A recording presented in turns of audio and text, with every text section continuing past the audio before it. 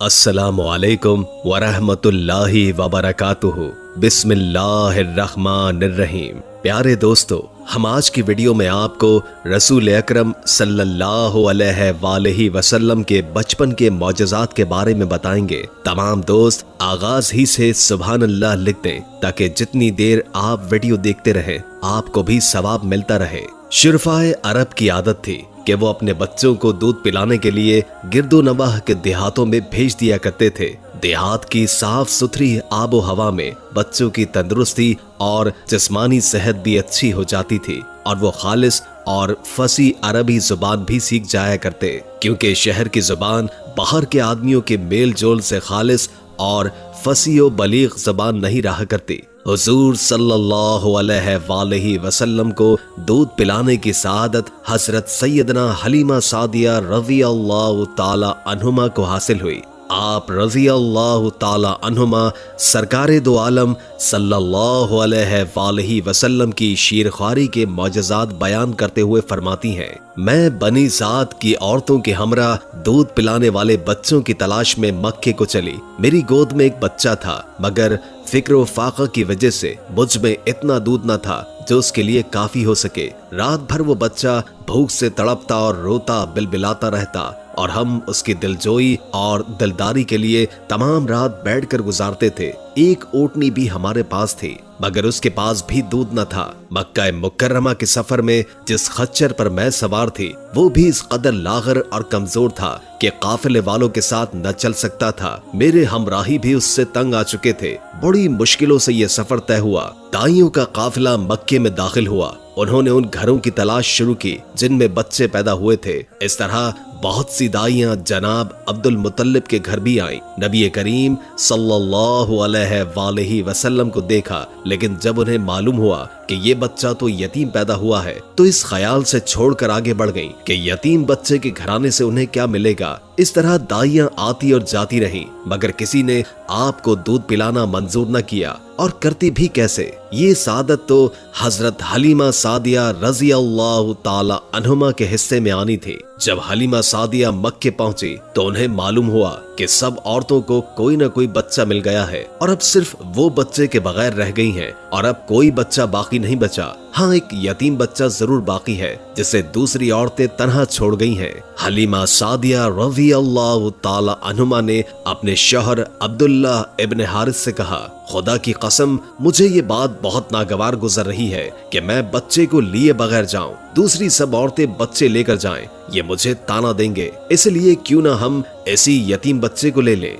अब्दुल्ला बिन हारिस बोले, कोई हर्ज नहीं, हो सकता है कि अल्लाह ऐसी बच्चे के जरिए हमें खैर व बरकत अता फरमा दे। चुनाचे हजरत हलीमा सादिया रज़ी अल्लाह ताला अन्हुमा हजरत अब्दुल मुत्तलिब के घर गई, जहां अब्दुल मुत्तलिब और हजरत आमिना ने उन्हें खुशामदीद कहा। जब हजरत आमिना उन्हें बच्चे के पास ले आई, आप उस वक्त एक ऊनी चादर में लिपटे हुए थे। वो चादर सफेद रंग की थी। आपके नीचे एक सब्ज रंग का रेशमी कपड़ा था। आप सीधे लेटे हुए थे। आपकी सांस की आवाज के साथ मुश्क की सी खुशबू निकलकर फैल रही थी। हलीमा सादिया रज़ी अल्लाह ताला अन्हुमा आपके हुस्न जमाल को देखकर हैरत ज़दा रह गईं। आप उस वक्त सोए हुए थे। उन्होंने जगाना मुनासिब न समझा, लेकिन जो ही उन्होंने प्यार से अपना हाथ आपके सीने पर रखा, आप मुस्कुरा दिए और आंखें खोलकर उनकी तरफ देखने लगे। हजरत हलीमा सादिया रज़ी अल्लाह ताला अन्हुमा फरमाती हैं, मैंने देखा कि आपकी आंखों से एक नूर निकला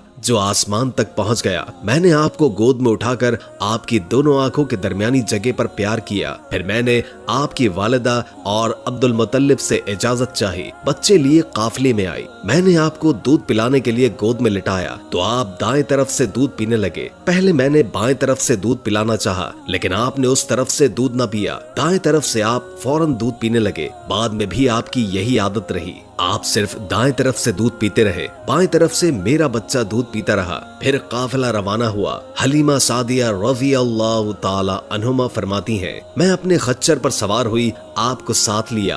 अब जो हमारा खच्चर चला तो इस कदर तेज चला कि उसने पूरे काफिले की सवारियों को पीछे छोड़ दिया। पहले वो मरियल होने की बिना पर सबसे पीछे रहता था। मेरी खवातीन साथी हैरानगी से मुखातिब हुई, ऐ हलीमा, ये आज क्या हो रहा है? तुम्हारा खच्चर इस कदर तेज कैसे चल रहा है?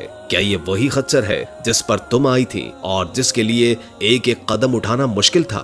जवाब में मैंने उनसे कहा, बेशक ये वही खच्चर है, अल्लाह की कसम इसका मामला अजीब है। फिर ये लोग बनी साद की बस्ती में पहुंचे। उन दिनों ये इलाका खुश्क और कहत ज़दा था। हलीमा सादिया रज़ी अल्लाह ताला अन्हुमा फरमाती हैं, उस शाम जब हमारी बकरियां चर कर वापस आई तो उनके थन दूध से भरे हुए थे, जबकि इससे पहले ऐसा नहीं था। उनमें दूध बहुत कम और बहुत मुश्किल से निकलता था। हमने उस दिन अपनी बकरियों का दूध दोहा तो हमारे सारे बर्तन भर गए। हमने जान लिया कि ये बरकत ऐसी बच्चे की वजह से है। आसपास की औरतों में भी ये बात फैल गई। इनकी बकरियां बदस्तूर बहुत कम दूध दे रही थीं। गरज हमारे घर में हर तरफ हर चीज में बरकत होने लगी। दूसरे लोग ताज्जुब में रहे। इस तरह 2 माह गुजर गए। 2 माह में ही आप चलने फिरने लगे। आप 8 माह के हुए तो बातें करने लगे और आपकी बातें समझ में आती थीं। 9 माह की उम्र में तो आप बहुत साफ गुफ्तगू करने लगे। इस दौरान आपकी बहुत सी बरकत देखने में आई।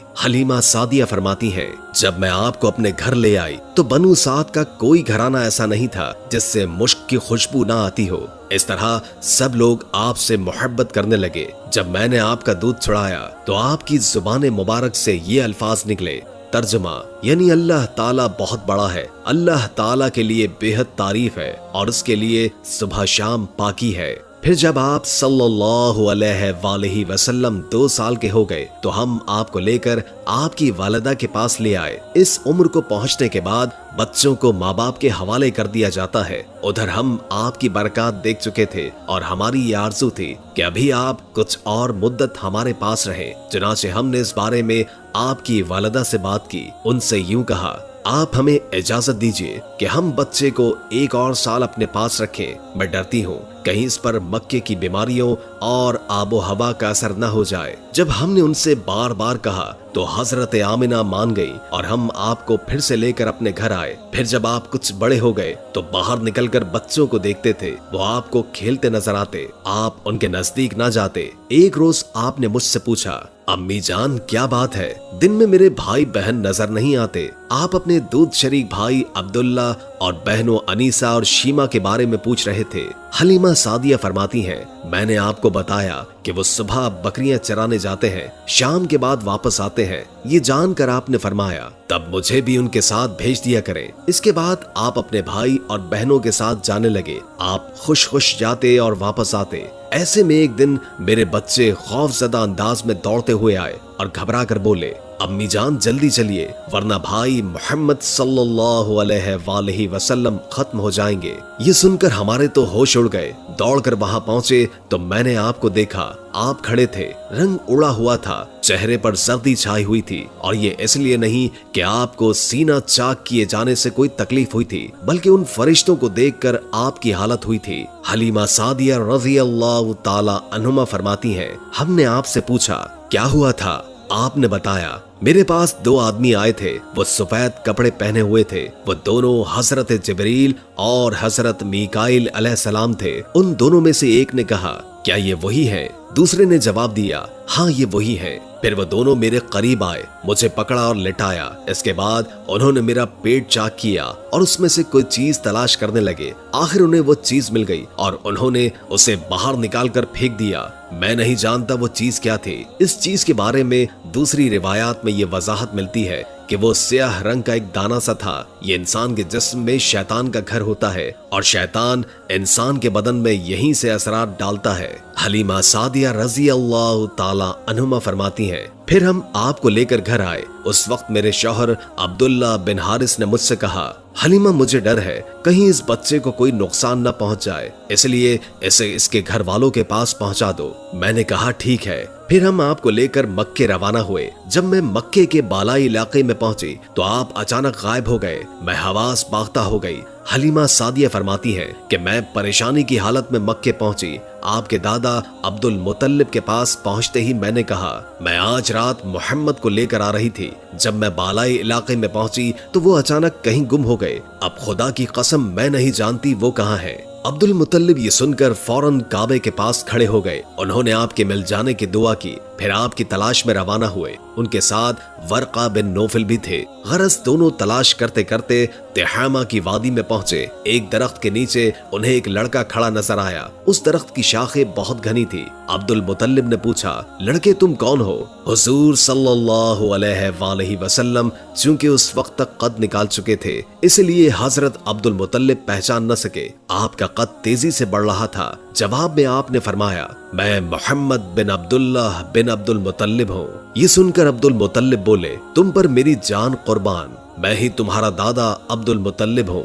फिर उन्होंने आपको उठाकर सीने से लगाया और रोने लगे। आपको घोड़े पर आगे बिठाया और मक्के की तरफ चले। घर आकर उन्होंने बकरियां और गाय ज़िबा की और मक्के वालों की दावत की। आपके मिल जाने के बाद हजरत हलीमा सादिया हजरत आमना के पास आई तो उन्होंने पूछा, हलीमा अब आप बच्चे को क्यों ले आई? आपकी तो ख्वाहिश थी कि ये अभी आपके पास और रहें। उन्होंने जवाब दिया, ये अब बड़े हो गए हैं और अल्लाह की कसम मैं अपनी जिम्मेदारी पूरी कर चुकी हूँ। मैं खौफ महसूस करती रहती हूँ कि कहीं इन्हें कोई हादसा न पेश आ जाए, लिहाजा इन्हें आपके सुपुर्द करती हूँ। हजरत आमना ये जवाब सुनकर हैरत ज़दा हुई। बोली, मुझे सच सच बताओ माजरा क्या है? तब उन्होंने सारा हाल कह सुनाया। हलीमा सादिया ने दरअसल कई अजीबो गरीब वाकयात देखे थे। इन वाकयात की वजह से वो बहुत परेशान हो गई थी। फिर सीना मुबारक चाक किए जाने वाला वाकया पेश आया तो वो आपको फौरी तौर पर वापस करने पर मजबूर हुई। वो चंद वाकयात हजरत हलीमा रज़ी अल्लाह ताला अन्हुमा इस तरह बयान करती हैं। एक मर्तबा यहूदियों की एक जमात मेरे पास गुजरी। ये लोग आसमानी किताब तौरात को मानने का दावा करते थे। मैंने उनसे कहा, क्या आप लोग मेरे इस बेटे के बारे में कुछ बता सकते हैं? साथ ही मैंने हुजूर सल्लल्लाहु अलैहि वसल्लम की पैदाइश के बारे में उन्हें तफसीलात सुनाई। यहूदी तफसीलात सुनकर आपस में कहने लगे, इस बच्चे को कत्ल कर देना चाहिए। ये कहकर उन्होंने पूछा, क्या ये बच्चा यतीम है? मैंने उनकी बात सुन ली थी कि वो इनके कत्ल का इरादा कर रहे थे, सो मैंने जल्दी से अपने शौहर की तरफ इशारा करते हुए कहा, नहीं, ये रहे इस बच्चे के बाप। तब उन्होंने कहा, अगर ये बच्चा यतीम होता तो हम जरूर इसे कत्ल कर देते। ये बात उन्होंने इसलिए कही कि उन्होंने पुरानी किताबों में पढ़ रखा था कि एक आखिरी नबी आने वाले हैं। उनका दीन सारे आलम में फैल जाएगा, हर तरफ उन्हीं का बोलबाला होगा। उनकी पैदाइश और बचपन की ये अलामात होंगी और ये कि वो यतीम होंगे। अब चूंकि उनसे हलीमा सादिया ने ये कह दिया था कि ये बच्चा यतीम नहीं है, तो उन्होंने ख्याल कर लिया